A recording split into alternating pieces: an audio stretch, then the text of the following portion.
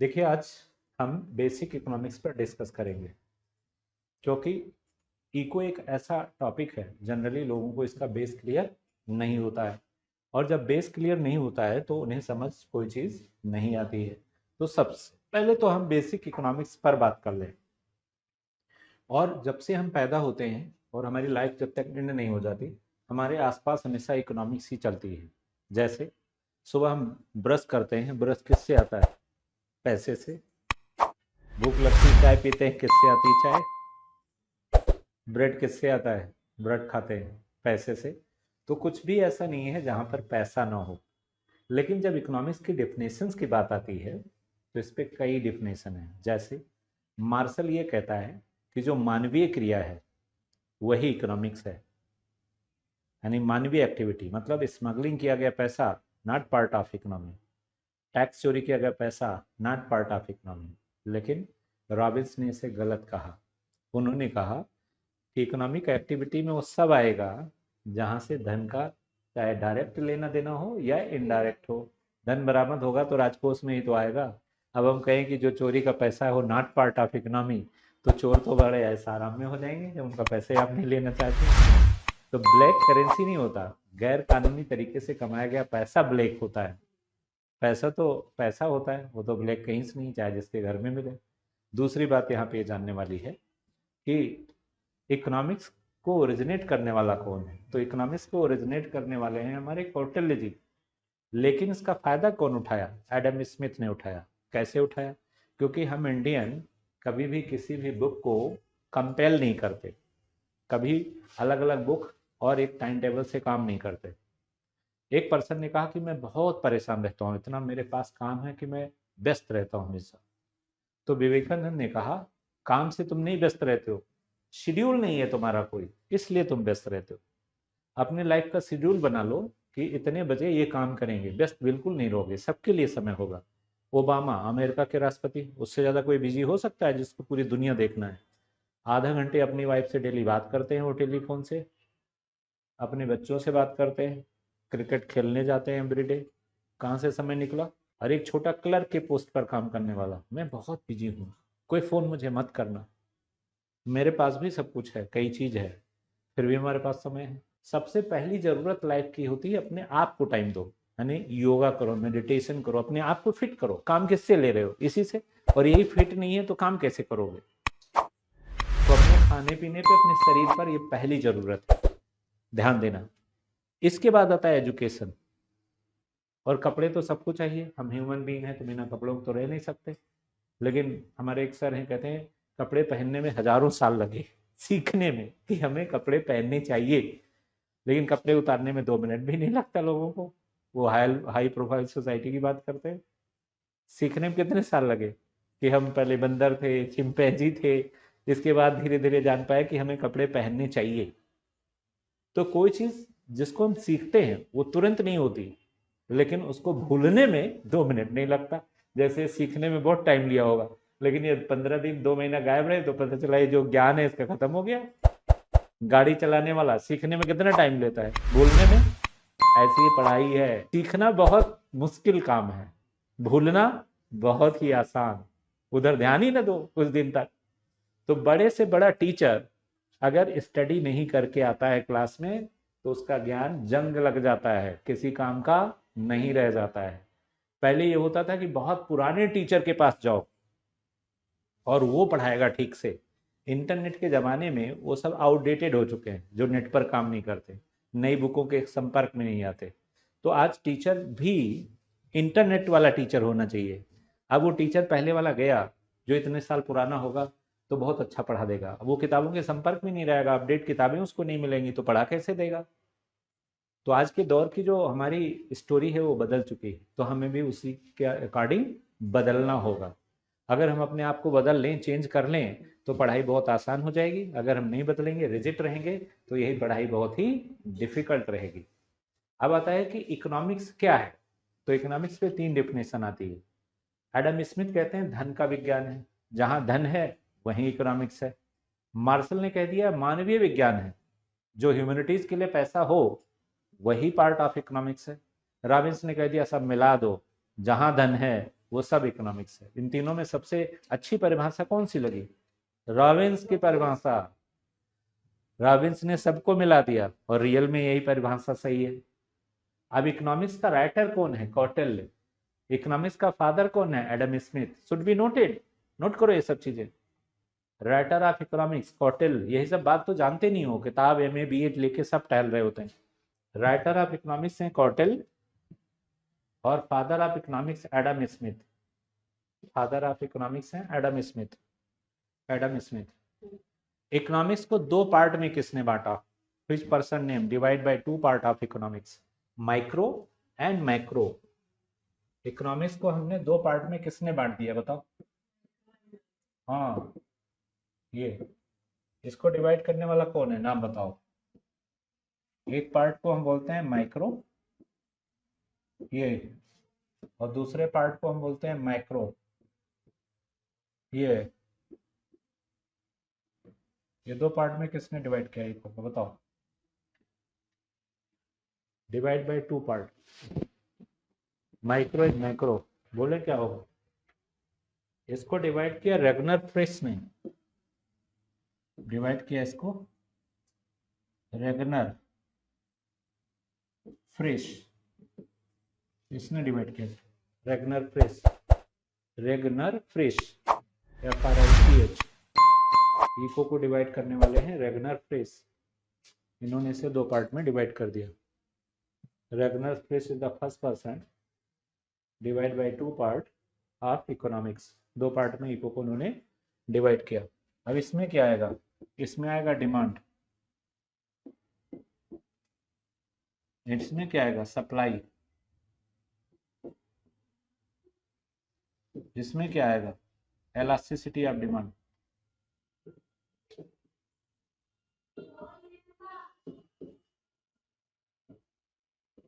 या इसमें क्या आएगा? इसमें आएगा नेशनल इनकम।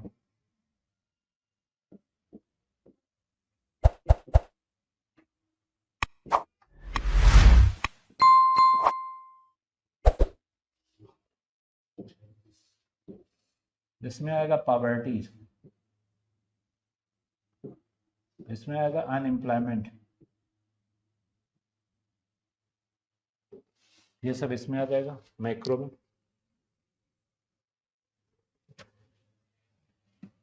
ठीक है, ये सारा किस में आ जाएगा? मैक्रो में आ जाएगा। बताने जा रहा हूँ। माइक्रो का मतलब होता है small, small part of economics. जैसे यूनिवर्सिटी अपने आप में क्या है? मैक्रो है, लेकिन अलग अलग विभाग क्या है? माइक्रो है।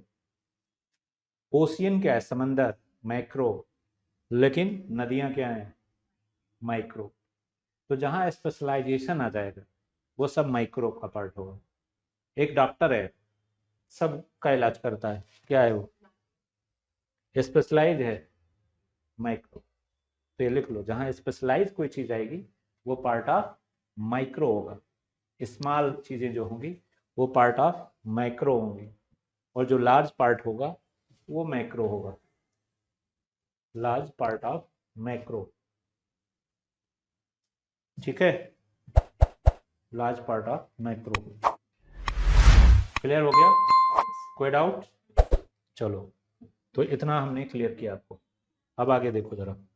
ये लार्ज नहीं है, नेशनल इनकम पूरे कंट्री का होता है। डिमांड एक गुड्स की होती है, स्मॉल नहीं है।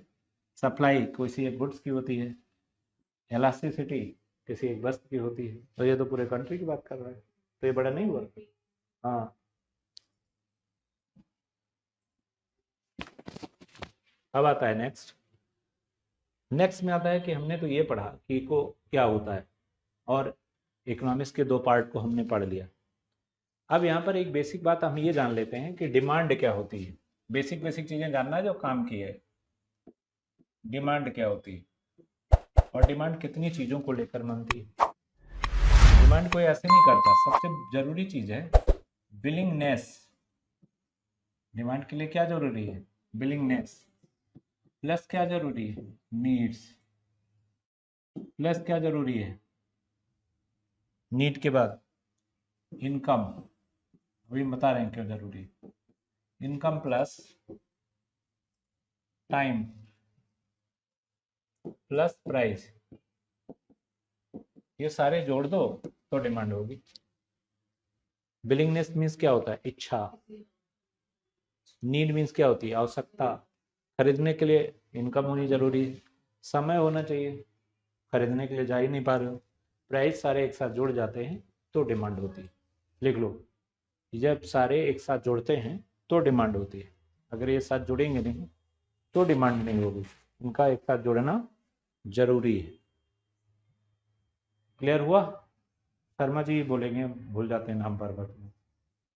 कनिष्का शर्मा। ठीक है, क्लियर हो गया ना? कोई प्रॉब्लम तो नहीं?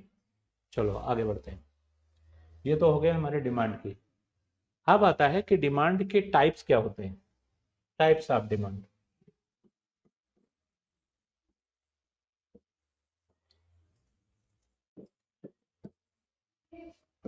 तो इसमें मेनली दो टाइप्स है।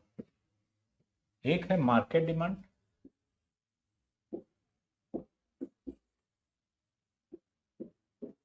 ये नंबर एक। और नंबर दो होती है हमारी इंडिविजुअल डिमांड।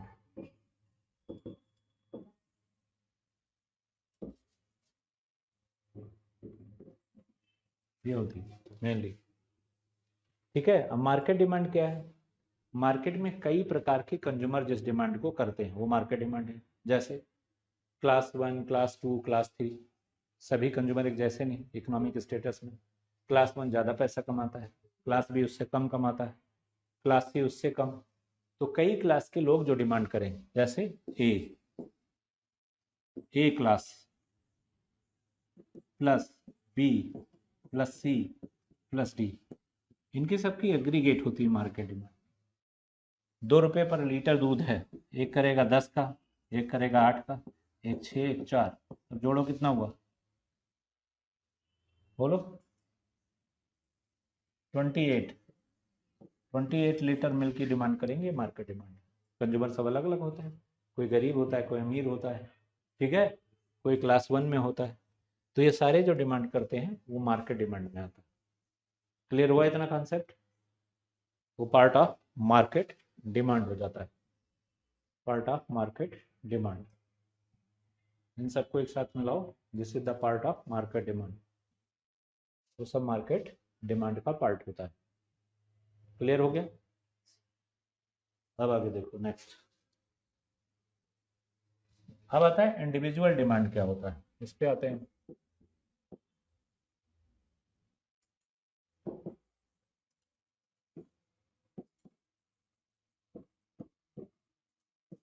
इंडिविजुअल डिमांड कई टाइप्स की होती है। ये देखो, पहला हमारा आता है गिफ्ट इन गुड्स।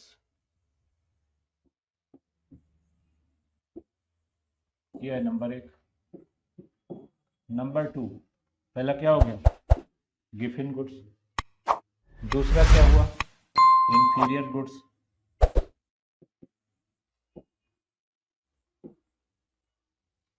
तीसरा क्या हुआ? पहला गिफ्ट इन है, दूसरा इंफीरियर है, तीसरा क्या होगा? थर्ड। थर्ड जो हमारी होगी डिमांड, वो आएगी कंपल्सरी गुड्स।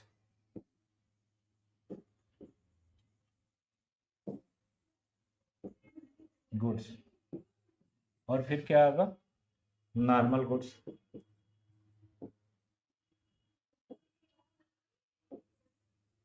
ये चार टाइप डिमांड होगी, गिफ्ट इन गुड्स की, इंफीरियर गुड्स की, कंपल्सरी की और नॉर्मल की। अब इनके डेफिनेशन को समझो, जब इको का बेस समझ जाओगे इको अपने आप आपके माइंड में आने लगेगी। इसीलिए मैं बिल्कुल बेसिक बात कर रहा हूँ, ठीक है, बिल्कुल बेसिक, एक बार में ही समझ में आ जाए। तो ये चार टाइप्स की हमारी डिमांड होती है। अब इसमें देखो कि क्या होता है। अब पहला हमारा आता है gift in goods. Gift in क्या होगी ये बताओ? गिफ्ट इन गुड्स किसको कहते हैं, क्या होती है गिफ्ट इन? बोलोगे? गिफ्ट इन गुड्स किसको कहते हैं? कौन सी गुड्स ऐसी होती है जिसको गिफ्ट इन गुड्स बोलते हैं?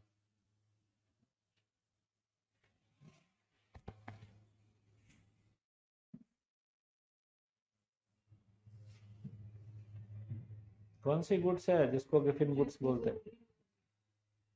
जो जरूरी नहीं होती वो गिफिन होती है। रॉबर्ट गिफिन पहला ऐसा पर्सन था जिसने ये कह दिया कि गिफिन गुड्स वो गुड्स होती है जिसका प्राइस भी कम होता है और मांग भी कम होती है। अब बताओ, इशारा दे दिया, कीमत भी घट रही है और मांग भी घट रही है। This is the Giffen goods. बताओ कौन सा गुड्स होगा कनिक्स का? कोई प्रोडक्ट नाम लो, प्रोडक्ट सारी हो जाएगी क्या?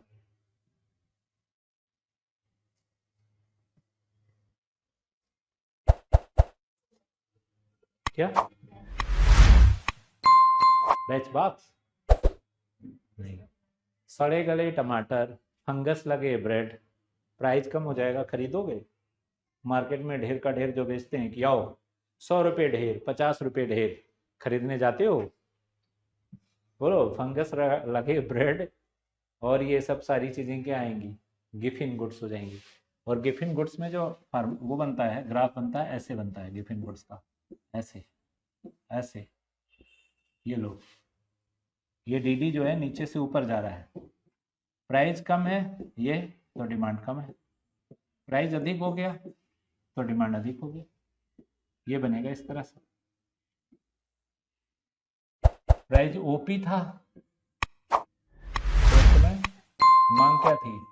ओक्यू। और प्राइस OP1 हो गया तो मांग क्या हो गई? OQ1। ये हो गया। This is goods is Giffen goods. ये प्राइस लाइन है और ये डिमांड लाइन है।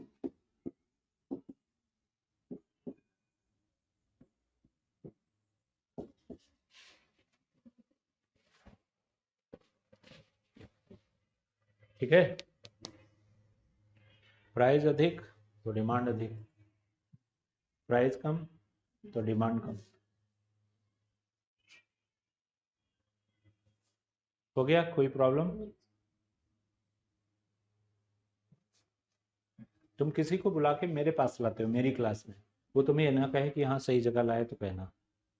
पढ़ाने के मामले में इतने ग्रेट बन चुका हूँ, आप कुछ भी पढ़ो। बट ये बिल्कुल ना सोचो कि ये टीचर को ही जानना है। ये सोच के आओगे तो नहीं कभी भी फायदा उठा पाओगे। आप ये जानो कि हमें जानना है और हम कुछ नहीं जानते हैं। कमियां लोगों में होती है, खोजते किसी और में है। अगर कोई लेवल पे है तो ऐसे नहीं है उसमें कुछ क्वालिटी है। अब अपने में कमियां खोजो, लाइफ में तरक्की होगी। दूसरे में खोजोगे कुछ नहीं करोगे। हम कभी दूसरे में कमी खोजने नहीं जाते, खुद में देखते हैं कहाँ पे कमी, उसको सुधारते हैं। समझ आया? दूसरे में बिल्कुल नहीं कमी देखो। हो गया?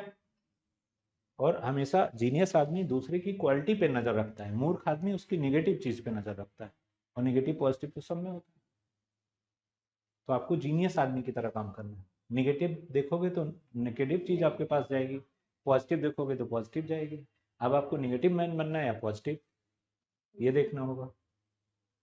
ठीक है? तो मूर्ख आदमी सब पे देखते हैं, पहचानने का ये तरीका है। हो गया? मूर्ख जो होगा सब जगह सबकी बुराई ही करेगा, कभी वो तारीफ नहीं करता। और बुद्धिमान 10 बार तारीफ तो एक बार बुराई करता। कर्टिसिज्म जिसे कहते हैं, वो भी इशारों में। तो ये दोनों के बीच अंतर है। हो गया? इतना जान गए गिफिन गुड्स को। अब आता है इन्फीरियर क्या होता है। अगर हमने गिफिन जाना तो इन्फीरियर क्या है? जनरली लोग जानते हैं कि इन्फीरियर और ये एक जैसा होता है। इन्फीरियर गुड्स किसको कहते हैं अभी बता दो। इन्फीरियर गुड्स क्या होती है? अभी क्लास में दौड़ा के रखूंगा, दौड़ा के। करंट अफेयर भी इसमें मिलेगा आपको, भरपूर जीएस मिलेगा, मैथ रीजनिंग मिलेगी। अभी रफ्तार पकड़ने वाला है बस। 10 बार पढ़ाने में रखता हूँ, ना कि एक बार सिलेबस पूरा करूँ। कहते हैं 10 बार पढ़ो, हमें भी कॉन्फिडेंस आएगा और तुम्हें भी। चलो बताओ इन्फीरियर गुड्स। पढ़ाई से ज़्यादा इंजॉयफुल कुछ है नहीं, लाइफ की कोई चीज़ नहीं। बट पढ़ने में मन लगे तो। न टेलीविजन, न पिक्चर, न मूवी, सब भूल जाओगे इसके चक्कर में। इंजॉय इतना है इसमें। बोलो, इन्फीरियर गुड्स किसको कहते हैं? गिफिन गुड्स में प्राइस इफेक्ट था, कीमत। इन्फीरियर गुड्स में इनकम इफेक्ट होता है। ये याद रखना है, ये इनकम इफेक्ट पे होता है। इनकम इफेक्ट, याद रखिए इनकम इफेक्ट होगा। इसमें ऐसे बनता है ग्राफ।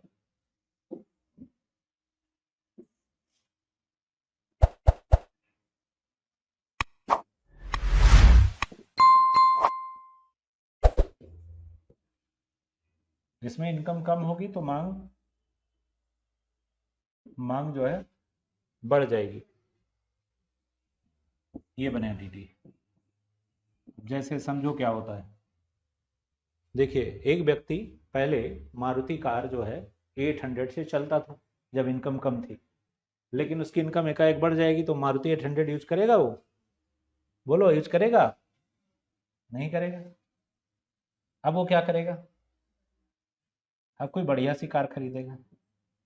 क्यों इधर होगा, ये एरो ऐसे लगेगा, ठीक है। तो अब उसकी जगह क्या खरीद लेगा? कोई अच्छी गाड़ी खरीदेगा, क्योंकि इनकम बढ़ गई। कहते हैं कि जब इनकम बढ़ती है तो लाइफ की हर चीज़ बेकार लगती है। एक न्यूज़ पढ़ी थी मैंने ग्रेटर नोएडा की। एक व्यक्ति है, उसके पास ज़मीनें बहुत थी, ज़मीन सारी ले लिया नोएडा अथॉरिटी ने, ज़मीन बिक गई सारी। अब वो एकाएक पैसे वाला हो गया, ज़मीन बिकी तब। तो उसने लाइफ का हर सामान बदला, बट उसे भी बदल दिया जैसे लोग नहीं बदलते हैं। अब बताओ किसको बदला होगा? घर का सारा सामान बदला, लेकिन उसे भी बदल दिया जैसे लोग नहीं बदलते। उसने अपनी वाइफ को भी बदल दिया और एक एमबीए पास लड़की से मैरिज कर ली। तो उसकी वाइफ ने प्रेस में एक बात कही थी कि पैसा आने पर लोग बदल जाते हैं, लेकिन इतना बदलते हैं ये मैंने पहली बार देखा। कि हमारे पास 2 बच्चे हैं, उनको बोल के किसी और से मैरिज कर लिया कि अब हमारे पैसा पैसा है, अब तुम्हारी ज़रूरत नहीं। ठीक है, तो इसको याद रखने के लिए याद रखना है इनकम इफेक्ट। कि इनकम इफेक्ट इतना ज़्यादा होता है कि लोग बिल्कुल माँ बाप सबको बोलने लगते हैं। पहले वाइफ हो या पहले गर्लफ्रेंड हो तो उसे भूल जाते हैं। ऐसे उल्टा लड़कियां भी करती हैं। ठीक है, ऐसा नहीं कि ये मेल पे लागू होता है, ये दोनों पे लागू होता है। तो पैसा जो है एविल्स भी है, इकोनॉमिक्स कहती है, और पैसा जो है सुधार भी है। अब संभालने वाले माइंड पर डिपेंड करता है कि आने के बाद भी कौन आदमी पैसे को मिसयूज नहीं करता, यूज करता है। ठीक है, पैसा एविल्स बुराई भी पैदा कर देता है। हो गया इतना? तो इनकम इफेक्ट से आप जान गए इंफीरियर और गिफिन के बीच डिफरेंस। इस पे क्वेश्चन आए तुरंत हो जाएगा ना कि क्या है दोनों में अंतर। ठीक है, चलो आगे देखो। तीसरी चीज हमारी क्या है? तीसरा है हमारा कंपलसरी गुड्स।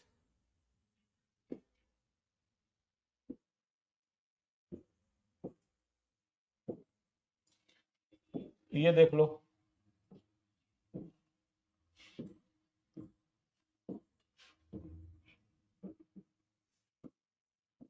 ये कंपलसरी गुड्स। कंपलसरी गुड्स में क्या होता है? क्यों ऊपर क्यों नीचे? कंपलसरी गुड्स में क्या होता है? प्राइस चाहे जितना बढ़ता चला जाए, ये P1 है, P2 है, P3 है, ये प्राइस है और ये हमारी क्वांटिटी है। प्राइस चाहे जितना बढ़ा जाए, क्वांटिटी बिल्कुल फिक्स रहती है, इसीलिए कंपलसरी कहते हैं। जैसे साल्ट, चाहे घटे या बढ़े, नमक लोग जितना खाते हैं उतने खाएंगे, चाहे वो अंबानी या अडानी ही क्यों ना हो। ऐसा थोड़ा है कि उसका प्राइस कम हो गया तो नमक लोग अब ज़्यादा खाएंगे, ऐसा होगा ही नहीं। नमक अब लोग उतने ही खाएंगे जितना वो पहले खा रहे थे। तो इसमें साल्ट एंड शुगर दोनों आते हैं, शुगर भी लोग ज़्यादा नहीं लेते ना नमक। Salt and sugar is a compulsory. ठीक है, तो ये सारा कंपलसरी हो गया।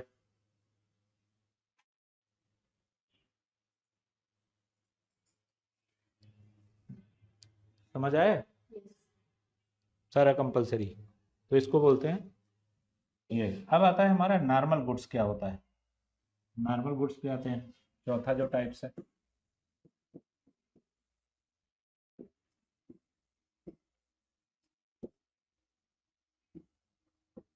अब इसमें बताओ क्या होगा नॉर्मल गुड्स में। नॉर्मल गुड्स में प्राइस बढ़ जाती है तो डिमांड कम हो जाती है। नॉर्मल गुड्स क्या है? कीमतें बढ़ेंगी तो मांग में कमी कर देंगी, कीमत बढ़ेगी तो मांग में कमी हो जाएगी। तो ये नॉर्मल गुड्स का बनेगा ऐसे। ये लो, ये लो, ये कीमत बढ़कर P1 हुई तो मांग पहले क्या थी, Q। अब इधर आ जाएगा Q1, ये नॉर्मल गुड्स है। जो नॉर्मल लाइफ में होता है वो नॉर्मल गुड्स कहलाता है। तो कीमतों के बढ़ने पर ऐसी वस्तुओं की मांग कम हो जाती है, ये भी लिख लो। कीमतों के बढ़ने पर ऐसी वस्तु की मांग कम हो जाती है। क्लियर हो गया? तो हमने ये समझा दिया कि आपने ये टाइप सारे जान लिए कि कैसे कैसे इकोनॉमिक्स में क्या क्या फार्मूला चलता है। अब आता है एलास्टिसिटी ऑफ डिमांड। अब वो क्यों पढ़ना चाहिए? देश के वित्त मंत्री को एलास्टिसिटी ऑफ डिमांड का ज्ञान ना हो तो पता चलेगा कि जिस पे टैक्स ज़्यादा लगाना चाहिए उस पर वो कम लगा देंगे, और जिस पे कम लगाना चाहिए उस पर ज़्यादा लगा देंगे। तो एक फाइनेंस मिनिस्टर को अर्थव्यवस्था चलाने के लिए क्या पढ़ना होता है? इकोनॉमिक्स। ऐसे ही प्राइम मिनिस्टर्स को, मैं तो कह रहा हूँ प्रधानमंत्री वही बने जो लॉ जाने, इकोनॉमिक्स जाने, पोल साइंस जाने और इंग्लिश लिटरेचर भी कमांड हो। पीएम बनने लायक वही है, क्योंकि विदेशियों से लिंक होगा उसका। इकोनॉमिक्स जानेगा तो गरीबों की समस्या जानेगा, ठीक है, देश का कानून जानेगा तो गैर कानूनी काम नहीं करेगा। तो पीएम को इन विषयों का ज्ञाता होना जरूरी है। अगर ये विषय वो नहीं जानते तो एडवाइजर से देश ठीक से नहीं चलता। इसलिए दुनिया के हर देश में, चाहे वो अमेरिका का राष्ट्रपति अक्सर वकील बनता है वहाँ का, बहुत कम दूसरे एरिया से आते हैं। तो कुछ एरिया ऐसी है जो स्पेशलाइजेशन आपको पैदा कर देती। जैसे इस देश के प्रधानमंत्री मनमोहन नहीं होते तो देश की इकोनॉमी का आज ये हाल नहीं होता। ग्रोथ एंड डेवलपमेंट उन्होंने ही पकड़ा है इकोनॉमी को।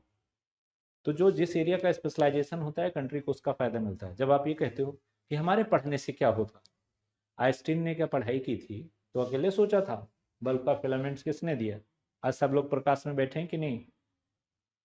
तो बहुत ढेर सारी चीजें होती है जब तुम सोचते हो हम अकेले क्या करेंगे। एक लड़का अपनी दादी की आंखों से बड़ा परेशान था, तो उसने आई पर ही रिसर्च करना शुरू कर दिया। मेडिकल कोर्स किया कि आंखें, जो अंधे लोग हैं उनकी आंखों में रोशनी लाने के क्या क्या तरीके हो सकते हैं, और उसने खोज निकाली वो दवा कि आंखों की रोशनी चली गई हो तो फिर से लाई जा सकती है, अंधापन दूर किया जा सकता है। तो जब नीड ऑफ लाइफ कोई चीज हो जाती है, हम यहाँ पे आए, इकोनॉमिक्स पढ़ाने वाला कोई नहीं, मैंने कहा चलो अब इको की समस्या सॉल्व करेंगे, और कॉलेज ऑफ इकोनॉमिक्स बना दिया। तो क्रिएटिव माइंड के बने आप, ये नहीं कि अपनी आवश्यकता पूरी कर लें उधर से मुंह मोड़ लें। हमें लगा जब इको इतना अभाव है तो कॉलेज ऑफ इकोनॉमिक्स ही बनना चाहिए, बन गया, चल रहा है, रनिंग में है। अभी यूजीसी के लोगों को भी वहाँ पे क्लास मिल पा रही है। तो एक आदमी को क्रिएटर बनना चाहिए, जो और आप फॉलो अप करते हो, किसी को सीखते हो, भूल जाते हो, भूल जाते। जो नीड ऑफ लाइफ है लोगों की, I-18 छात्र क्या करते हैं, वो देखते हैं कि ये जरूरत है तो उसको इन्वेंट कर देते हैं, आविष्कारक हो जाते हैं, वैज्ञानिक हो जाते हैं। वैज्ञानिक कोई बड़ी बात नहीं है, वैज्ञानिक को हर आदमी बन सकता है जो कुछ नया कर दे। मुस्लिम कम्युनिटी इस देश से बाहर कर दो, एक भी गाड़ी सही नहीं होगी, सारे मैकेनिक किसी भी उसमें चले जाओ एक ही मिलेगा। उनको बाहर कर दो, अभी देखो एक भी गाड़ी रोड पर चले तो कहना सारे मैकेनिक हो। वो कहीं पढ़ने थोड़ा जाते हैं, तिकड़मबाजी में दिमाग लगाने लगते हैं। तो ऐसे ही हर कम्युनिटीज में क्रिएटिव माइंड के लोग होने चाहिए, और क्रिएटिव माइंड कुछ नया करता है। जब आपकी कोई समस्या आती है तो उसका सोल्यूशन निकालते हो ना। जैसे हेल्थ इशू आ गया आपको, पहले के डॉक्टर कौन हुआ करते थे? जो उसके रोगी हुआ करते थे। कोई डायबिटिक हो गया, अब डायबिटिक कैसे सही होती है, वही उसका ज्ञानी हो जाता था। ऐसे पिंपल्स बहुत निकलते हैं, गर्ल्स को भी, बॉयज को, सबको। हमने पिंपल्स पे रिसर्च करना शुरू किया, हमें भी बड़े निकलते थे। तो मैंने एक दवा खोज निकाली, आज वो दवा अचूक रूप से काम करती है। मैंने 100 को बताया, 100 लग ठीक हुए। सिस्टॉपिक है, सिस्टॉपिक कंपनी है, एक्नी साल लोशन, उसको आप लगाइए, उस एरिया में फिर से दोबारा दाना नहीं निकलना है। अब मैंने सैकड़ों को बताया, ठीक हो गए। तो आप अपने जीवन का हर टाइम यूज करिए। सोते रहते हो, नींद में रहते हो, एक्टिविटी नहीं दिखाते, तो इन चेयर और टेबल और तुम्हारे में अंतर क्या है? जब तुम कुछ नया कर ही नहीं रहे हो, रोज एक्टिविटी दिखाइए। लोगों की प्रॉब्लम पे नजर रखिए कि इस प्रॉब्लम में हमारा, इस प्रॉब्लम के सोल्यूशन में कितना योगदान हो सकता है। तो आप जब उस एरिया में सोचना शुरू कर दोगे तो बट नेचुरल है, एक दिन आपको सोल्यूशन जरूर मिलेगा। हमारे पास ये 60-5 विषय में क्यों मैंने सब कुछ कर लिया, हमें इसकी जरूरत महसूस होती रही, तो मैं एग्जाम देता रहा, पास करता रहा, आज कई विषयों का ज्ञाता हो गया। एक आदमी एक ही विषय पढ़ता है, उसी में पूरा जीवन बिता देता है, आप क्या पढ़ना लिखना। तो जीवन तो तेजी से भाग रहा है भाई, जितना प्रदर्शन कर पाओगे करके देखो। मार्क्स कहता है ये मत सोचो कि मरने के बाद स्वर्ग मिलेगा, तुम मूर्ख हो, मार्क्स बोलता है। स्वर्ग यहीं पे, नर्क यहीं पे। पैसा कमाओ, यहीं ऐश कर लो, मरने के बाद कुछ नहीं मिलेगा। मार्क्स कहता है कि ये मटेरियल जो कल्चर है यही है, यही स्वर्ग है, और ये पूंजीपति जो है ये स्वर्ग भोग रहे हैं, और तुम मूर्खों लेबरगिरी करते रहोगे और सोचोगे मरेंगे ईमानदारी से तो स्वर्ग मिलेगा। ऐसा कभी नहीं होगा। तो पैसा कमाओ और इसी जन्म में सारे सुख भोग लो। मार्क्स ने कहा। मार्क्स तो यहाँ तक कह देता है कि जो रिलेशन है वो सारे इकोनॉमिक होते हैं। उस हस्बैंड की वाइफ ज्यादा प्यार करती है जो हस्बैंड ज्यादा कमाता है, और जो नक्कारा हो जाता है करती है, उससे तो डाइवोर्स की रोज धमकी देती है, चाहे वो आईएएस ही क्यों ना हो। आईएएस भी कुछ दिन अगर उसकी पोस्टिंग ढंग की जगह ना मिले तो वहां भी ये बात होने लगती है कि हम तुमसे डाइवोर्स ले लेंगे। फिल्मों में देख लो। तो जब दुनिया का हर चीज पैसा ही है, सारे रिलेशन पैसे ही हैं, बाप बेटे के रिलेशन पैसे, दुनिया भर के सारे रिलेशन, तो कार्ल मार्क्स ने कह दिया कि हर रिलेशन इकोनॉमिक है। आज हम तुमसे बात कर रहे हैं, क्या है इसके पीछे? बोलो क्यों कर रहे हैं? नहीं तुम कहीं हम कहीं और, ऐसे मिलने आते तो हम कहते नहीं टाइम नहीं है। क्या है इसके पीछे? होता है इस रिलेशन के पीछे पैसा ही है जो बात करवा रहा है। तो दुनिया का हर रिलेशन जो है पैसा ही है, रियलिटी तो यही है। बाद में अरे हम तुम्हारे चाचा ताऊ लगते हैं, ये सब अलग बात है, लेकिन हर रिलेशंस पैसा ही है। पैसे के बिना भी कुछ नहीं और पैसा ही सब कुछ नहीं। तो इकोनॉमिक्स में कई ऐसे लोगों ने कहा कि पैसा एविल्स भी है और पैसा सॉल्यूशंस भी है। अगर आप उसको मिसयूज करने लगोगे तो बुराई हो जाएगी, और अगर यूज करने लगोगे तो पैसे से अच्छाई इतनी ज्यादा खरीद सकते हो।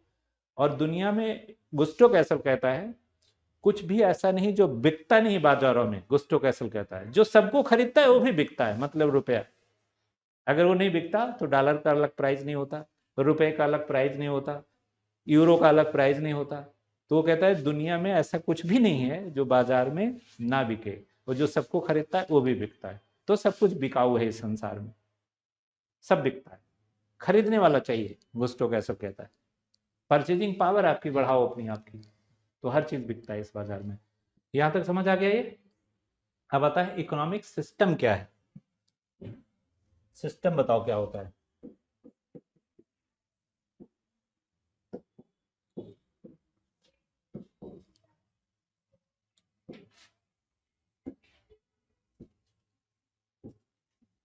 बोलिए कितने तरीके की इकोनॉमी होती है? पहली इकोनॉमी क्या बोलेंगे हम?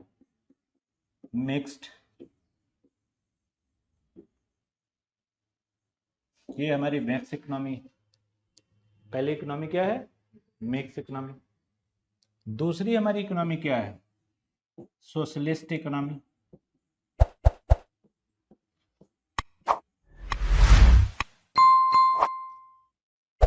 तीसरी इकोनॉमी हमारी क्या है? कैपिटलिस्ट।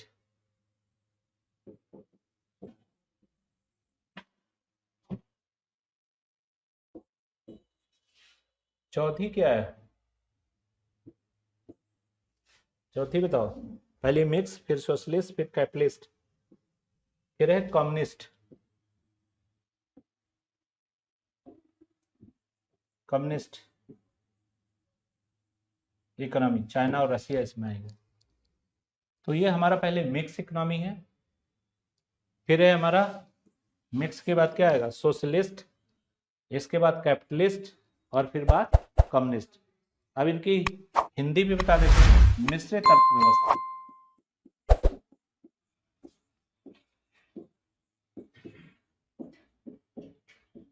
ये नंबर 1 है। यह है समाजवादी अर्थव्यवस्था।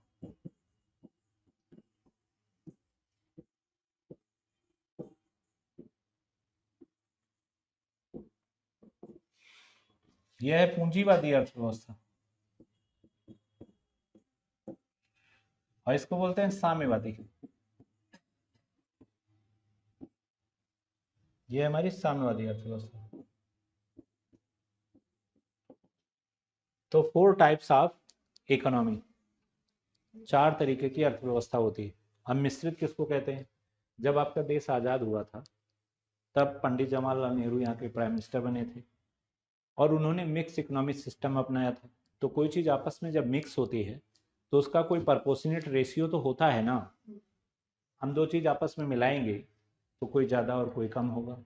तो मिक्स इकोनॉमी में कितने परसेंट कैपिटलिस्ट, यानी मिक्स इकोनॉमी में 2 चीज़ शामिल है इसमें, इसमें कैपिटलिस्टिक एंड सोशलिस्टिक दोनों को मिलाया गया, यानी इसमें कैपिटल के फीचर डाले गए, कैपिटल, और दूसरा इसमें सोशलिस्टिक इकोनॉमी के। तो ये कितने परसेंट था? 55%।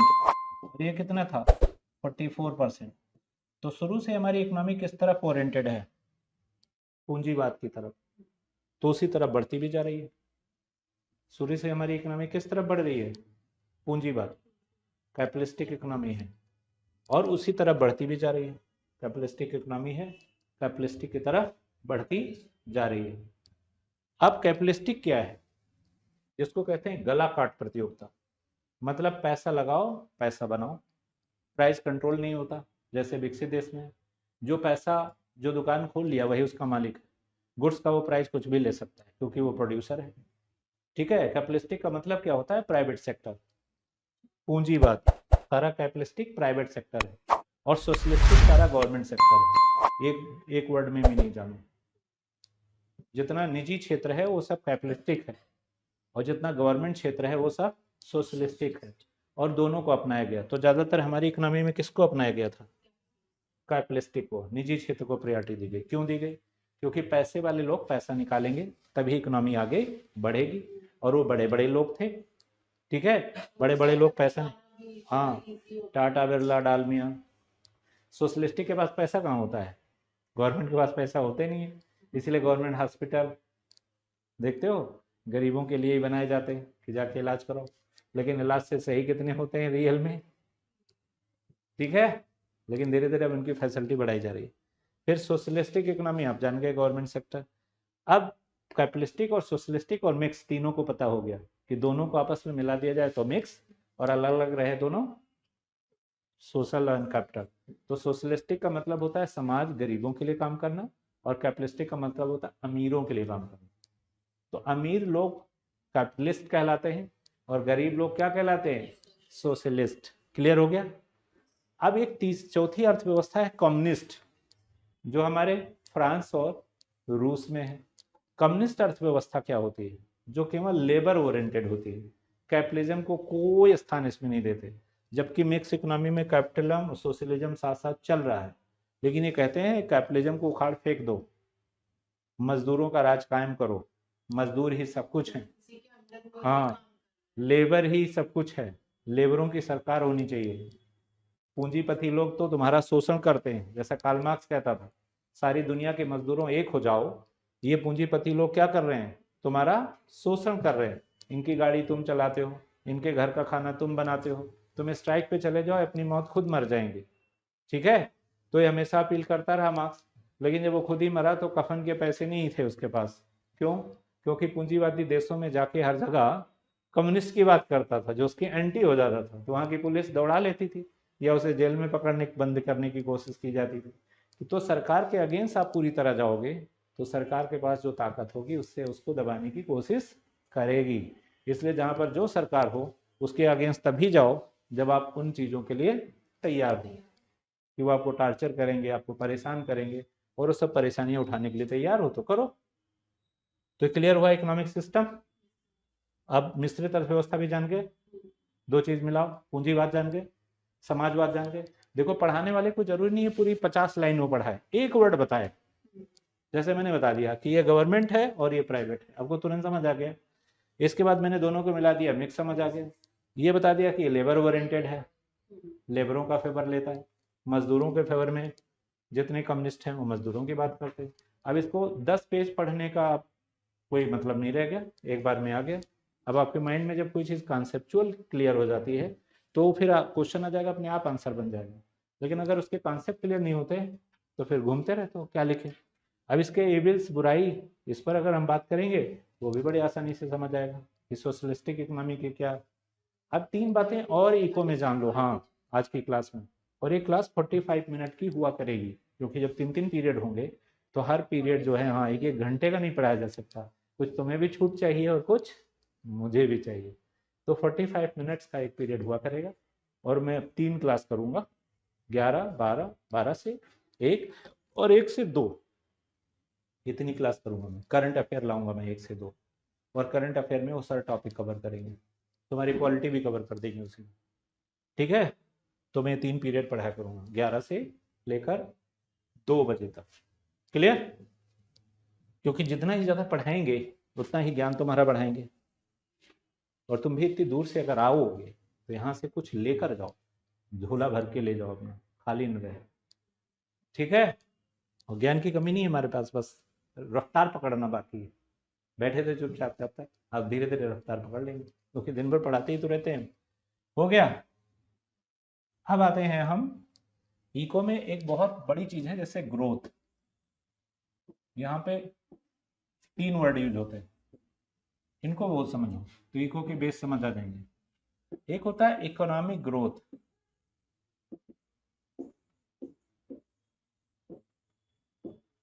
ये हुआ। दूसरा होता है इकोनॉमिक डेवलपमेंट,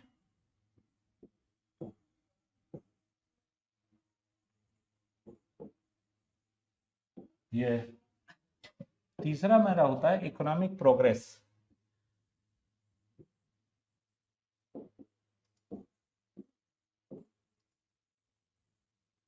ये हमारा तीसरा। पहला इकोनॉमिक ग्रोथ, फिर इकोनॉमिक डेवलपमेंट, फिर इकोनॉमिक प्रोग्रेस। इन तीनों वर्ड को जानो। इकोनॉमिक ग्रोथ क्या है? पैसे से पैसा बढ़ाना, जस्ट लाइक अमेरिका, यूरोप, इनको सबको कहा जाता है इकोनॉमिक ग्रोथ। इनके यहाँ ना एजुकेशन की अब जरूरत है इनको, ना हेल्थ पे बहुत ज़्यादा कुछ काम करने की। ज़्यादा से ज़्यादा लोग हेल्दी हैं, फिट हैं। तो यहाँ पर एक वर्ड यूज होता है इकोनॉमिक ग्रोथ, समृद्धि। मतलब आपने कहीं पैसा लगाया, पैसे से पैसा कमाया, बाकी सब चीज़ें बेल है, हेल्थ भी अच्छी है आपकी और सब चीज़ बेल है। इसमें 3 इंडिकेटर काम करते हैं डेवलपमेंट में। इसमें LR literacy rate, plus LE life expectancy, plus इसमें पर कैपिटा इनकम, यानी यहाँ पैसा भी होना चाहिए, PCI। तो इकोनॉमिक डेवलपमेंट हमेशा डेवलपिंग कंट्री के लिए यूज किया जाता है, जस्ट लाइक इंडिया।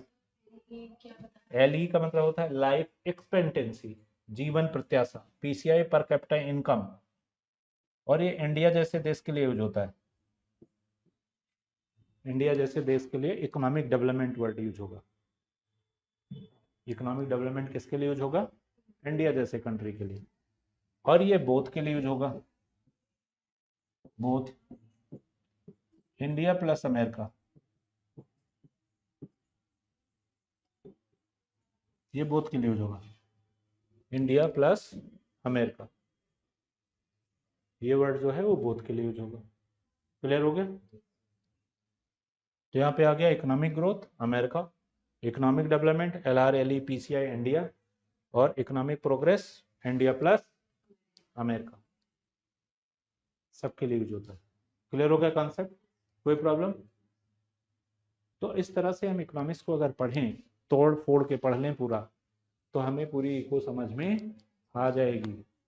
हम करते क्या है, बेस पकड़ते नहीं है। स्टार्ट कहाँ से, यही मेन बात है, स्टार्ट कहाँ से करें। तुम सोचते हो पढ़ लें बस हो गया, नहीं, स्टार्ट कहाँ से करें यही मेन है। और कोई भी टीचर अच्छा होगा तो बेसिक पहले बताएगा, इसके बाद ऊपर की चीजें पकड़ में अपने आप आ जाती हैं। कि आपको 1 ना बताएगा 2 बता देगा तो लिंक ही नहीं जोड़ पा रहे, और 1 बता देगा तब 2 आया तो आप लिंक कनेक्ट कर पा रहे हो कि एक एक बढ़ रहा है ऊपर। तो यही गलती टीचर कर देते हैं कि अपने बेस को नहीं पकड़ाते। तो और बेस पकड़ा दो तो सब्जेक्ट अपने आप समझ आने लगेगा, और जब तक बेस क्लियर नहीं होता तब तक कोई सब्जेक्ट क्लियर नहीं होता। कल इसी के आगे बढ़ेगा, क्लास मत छोड़ना।